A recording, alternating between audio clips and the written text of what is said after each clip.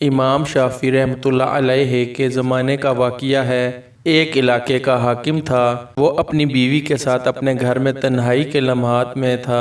خاوند اچھے موڈ میں تھا، مگر بیوی کسی وجہ سے اس سے ناراض تھی۔ اب خاوند جتنا اس سے محبت و پیار کی باتیں کرتا، وہ بیوی اتنا اس سے چڑھتی اور اس سے بدتمیزی کرتی، حتیٰ کہ جب خاوند نے بہت زیادہ اس سے محبت کا اظہار کیا تو عورت کا دماغ اس وقت گرم تھا۔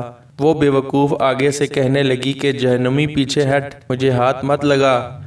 اب جب اس نے اپنے خاوند کو جہنمی کہا تو آخر وہ بھی مرد تھا، اس کو غصہ آ گیا۔ اس نے کہا کہ اچھا اگر میں جہنمی ہوں تو پھر تجھے میری طرف سے طلاق۔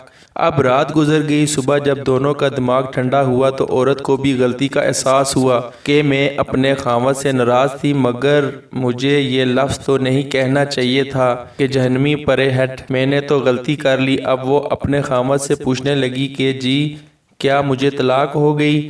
اس نے کہا پتہ نہیں، یہ تو شرطیہ تھی کہ اگر میں جہنمی ہوں تو تجھے میری طرف سے طلاق، لہٰذا مجھے علماء سے پوچھنا پڑے گا۔ خاوند نے علماء کو بلایا۔ علماء کہنے لگے اس کا جواب ہم تو نہیں دے سکتے، اس لیے کہ کون گارنٹی دے کہ آپ جہنمی نہیں ہیں؟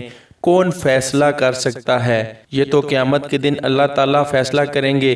لہٰذا یہ بات زبان زد عام ہو گئی، سینکڑوں علماء سے رابطہ کیا گیا، مگر کوئی عالم کوئی مفتی اس کا جواب نہیں دے پا رہا تھا۔ بادشاہ پریشان تھا، وہ بھی اپنی اتنی خوبصورت بیوی کو طلاق نہیں دینا چاہتا تھا، بیوی بھی اب طلاق نہیں لینا چاہتی تھی۔ چنانچہ امام شافعی رحمۃ اللہ علیہ کو کسی نے بتایا کہ جی فلاں علاقے میں یہ واقعہ پیش آیا ہے۔ انہوں نے فرمایا مجھے وہاں لے چلو، میں اس سوال کا جواب دے سکتا ہوں۔ چنانچہ امام شافعی رحمۃ اللہ علیہ آئے اور انہوں نے حاکم سے پوچھا کہ کیا واقعہ پیش آیا؟ اس نے بتایا کہ اس طرح میری بیوی نے یہ الفاظ کہے اور میں نے اس کے جواب میں یہ الفاظ کہے، اب بتائیں طلاق ہوئی کہ نہیں؟ امام شافعی رحمۃ اللہ علیہ نے فرمایا کہ بادشاہ سلامت، اس کا جواب دینے کے لیے مجھے آپ سے تنہائی میں کچھ باتیں پوچھنی پڑیں گی۔ اس نے کہا بہت اچھا۔ چنانچہ امام شافعی رحمۃ اللہ علیہ نے اس سے کہا بادشاہ سلامت، مجھے زندگی کا کوئی ایسا واقعہ بتائیے کہ جس میں آپ گناہ کرنے کا موقع رکھتے ہوں، گناہ کرنا آپ کے لیے آسان ہو، مگر اللہ رب العزت کے ڈر کی وجہ سے آپ نے اپنے آپ کو بچایا ہو، کوئی واقعہ ایسا سنائیں۔ بادشاہ سوچتا رہا، کہنے لگا ہاں، ایک دفعہ میری زندگی میں یہ واقعہ پیش آیا۔ کیسے پیش آیا؟ کہنے لگا ایک دفعہ جلدی میں اپنے دفتر کے کام سے فارغ ہو کر اپنے بیڈ روم میں چلا گیا۔ جیسے ہی میں داخل ہوا میں نے دیکھا کہ محل میں کام کرنے والی لڑکی میرے کمرے میں چیزوں کو سنوار رہی تھی، بستر کو ٹھیک کر رہی تھی۔ جب میری اس کے چہرے پر نظر پڑی تو لڑکی حسن و جمال میں بہت ہی پیاری تھی۔ چنانچہ میں نے دروازے کو لاک لگا دیا، بند کر دیا۔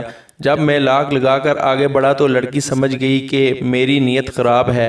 وہ نیک تھی، پاک دامن تھی، تو میری طرف دیکھ کر اس نے کہا اے بادشاہ اللہ سے ڈر۔